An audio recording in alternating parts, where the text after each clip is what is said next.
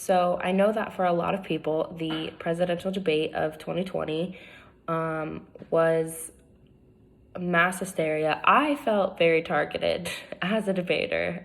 I felt very confused and very targeted myself. And so I decided to watch it again because I'm that type of person. And I flowed all the arguments, which means that I went through everything. I looked at everything that they said. I wrote it all down so I myself could fact check it and see what actual policies and issues were being talked about, which things were true, which things were not true, which things were totally not talked about. And it came down to 7 main issues, 7 main voting issues that you as a voter need to be aware of. And I'm ready to help you. So, first voting issue. What is your stance on putting a new justice in during an election year? Obviously, Trump is pro because he nominated Amy Barrett. He said, quote, because elections have consequences. Barrett is a good nominee for both parties, and many Democrats do like her. The presidency is not 3 years or 3.5 years. Because the Republicans won the election 4 years ago, they are allowed 4 years. It's not 3, it's not 3.5, it's 4. Therefore, we won the right to nominate and bring in a new justice. I have 3 pages of notes, just so you guys know. If the roles were reversed, Democrats would absolutely do the same, and they have. Just so you guys remember, they have in the Obama administration. Of course, Biden is con. He says that Americans should have the right to have a say. The logic that he has behind this is that some Americans have already sent in their ballots before Trump nominated Amy Coney Barrett to be a justice.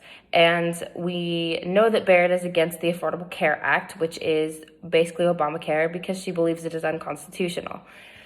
Here's the thing. Most Americans do not know or understand what Medicare or what Medicaid is. Studies show that Americans place it on a high priority list, but they don't actually even know what it is. That's from Health Affairs. Jill Bernstein wrote it. It's from Public Opinion, Knowledge, and Medicare. So, result on voting issue number 1. Because the American people vote in their representatives and have a system of checks and balances, there's no reason why their own representatives shouldn't show up for them. Ruth Bader Ginsburg will be missed, but that doesn't mean that conservatives have any obligations to wait to fill her seat. Trump 1, Biden 0. Next voting issue.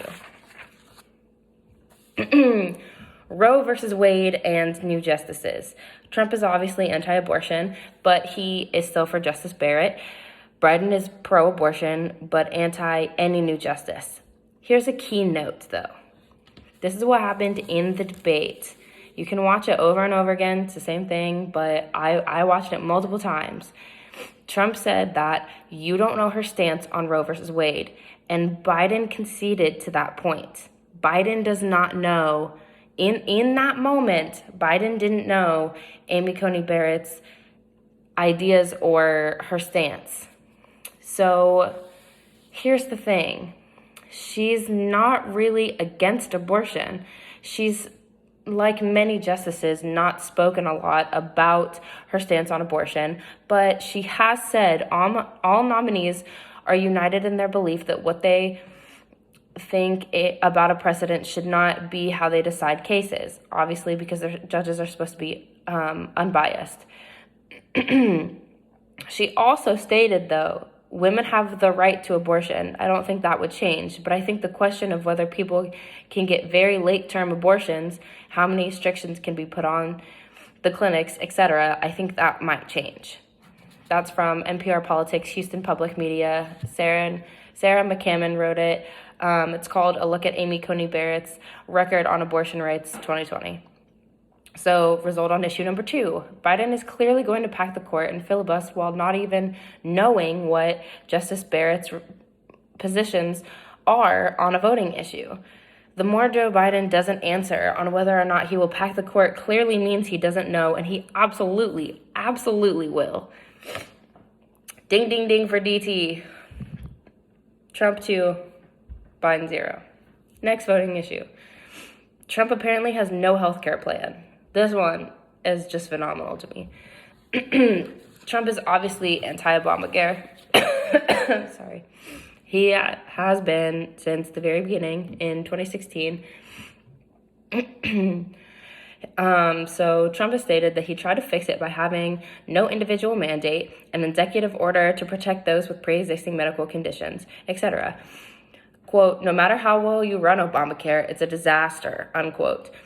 Yes, he wants to replace Obamacare, but he wants to put something better and more affordable in its place. It's too expensive and premiums are too high, and he's proven he can make a difference by starting off with insulin prices lowering and helping Americans across the nation already by fighting with Big Pharma and starting governors seeking other countries to access a lower cost. That's the huge thing with the medicine portion, is that it's all a lot of our medicines are only from the United States, and that's why it's so competitive, and that's why Big Pharma is such a huge deal. But Trump is making it where governors can seek out of country help to get costs lowered, to make it more competitive, and to reduce prices like he's done with insulin. And that's just a fact that that's already done. Biden says that 20 million people are on Medicare, and Trump wants to take it away, exposing the poor to medical conditions. Quote, Trump hasn't lowered drug costs for anyone. Okay, that's a blatant lie. Just want to put that out there. That's a blatant lie. A quote from CMS in 2020, the article is called President Trump Announces Lower Out-of-Pocket Insulin Costs. It says, the model pass follows the Trump administration's previously announced 13.5 decline on average monthly premium since 2017 to the lowest it's been in 7 years. He's already done it. So Biden is just straight out lying, or he doesn't know, but you would think that they would know that one. So the results of the voting issue, the third one is Trump does, in fact, have a health care plan even after trying to revive the one he inherited from Biden. He's already in the process of creating a better one, thus not affecting the 20 million people on Medicare that Biden talked about. Trump 3, Biden 0. Voting issue number 4, and my personal favorite, one of my favorites, there's two. COVID and containing public health issues and standards. This one's kind of long, but important. Trump is pro keeping the country open, right? We closed it due to lack of education and knowledge on the virus itself. Now, the American people know what to do to keep each other safe. There's PPE, masks, social distancing, continuous CDC guidelines. The amount of people getting sick and dying is less and less. We know that we need to prioritize the elderly people and the ones with pre-existing conditions. Let the economy go back. We made ventilators, got more access to PPE, etc. We're working on a vaccine. He left ultimate COVID decisions to states' rights. That's who you can blame if you're not doing well.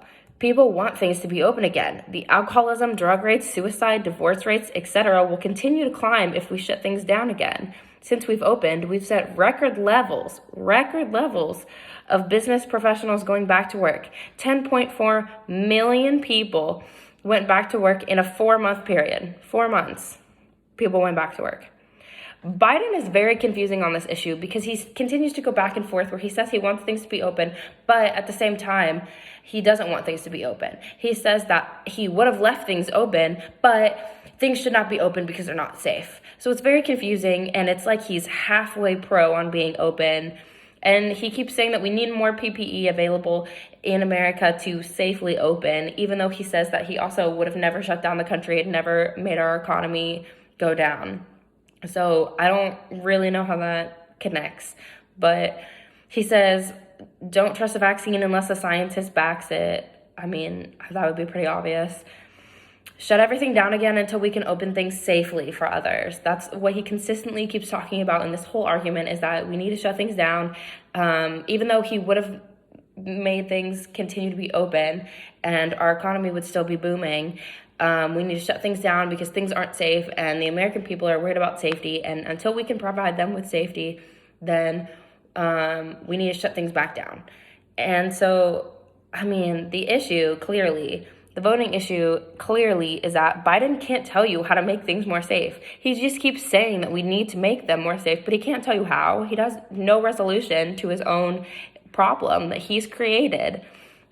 He just keeps saying that we need more PPE, but Trump made masks, sanitizer, gowns, shields, even ventilators more readily available. Plus, he wants to build the economy back. Trump 4, Biden 0. All right, we're almost done, I promise. Voting issue number 5. Trump is paying $750 in taxes. I'm not going to give this one like a lot of time because I think it's dumb and it doesn't even make sense. So here's the deal. Trump has paid thousands and millions of dollars in taxes in the past, don't get me wrong, but him paying $750 on a federal scale isn't illegal under the loss carry forward provision in tax codes. The breakdown from Kevin Matthews II in 2020 says, the tax code allows this. The loss carry forward provision allows business owners to cancel out tax liability in future years by carrying over losses from previous years. Everyday investors can do something similar. If you sell a stock or a mutual fund at a loss, you can use the loss amount to cancel out any capital gains tax you may owe. So, I mean, this one's pretty obvious to me. The results of voting issue number 5 is, Trump hires good CPAs. They just do their jobs well. They do what they're supposed to be doing. And it's completely legal and in his means to do so. So Trump 5, Biden 0, still. Voting issue number 6, racial tension. Trump has done more for African Americans than Biden, who, by the way, called African Americans super predators in the 1994 crime bill passing, which Trump has released many people from prison from. This is also why many African Americans still call Biden Uncle Joe, from alluding to Uncle Tom. Trump has gotten continuous support from the majority of law enforcement agencies, even if their Democratic governor refuses to accept help from the National Guard that Trump continuously has offered. Trump disagrees with the majority of racial sensitivity training because it's an extensive program to teach Americans to hate the government and their countries. Democrats are the ones creating division, hate speech, and racial inequality in school or work. I've touched on that in my posts in the past. Clearly multiple times. Look at the communities run by the Democrats for decades. That's, again, I've touched on it. Kimberly Klacik has touched on it in like a 2-minute video, if you really want to get down to it. Talks about Baltimore. Trump warns all racial groups, BLM, Antifa, Proud Boys, to relax and stand by and let law enforcement and militia handle riots now. Trump points out that he condemns white supremacy, but sees more violent action from the left. So a lot of people have been talking about that Trump is a white supremacist and he's supporting the Proud Boys and whatever. That's not what the definition of stand by means, just so you know. The very definition of stand by does not mean I'm about to call you. I'm about to call you in.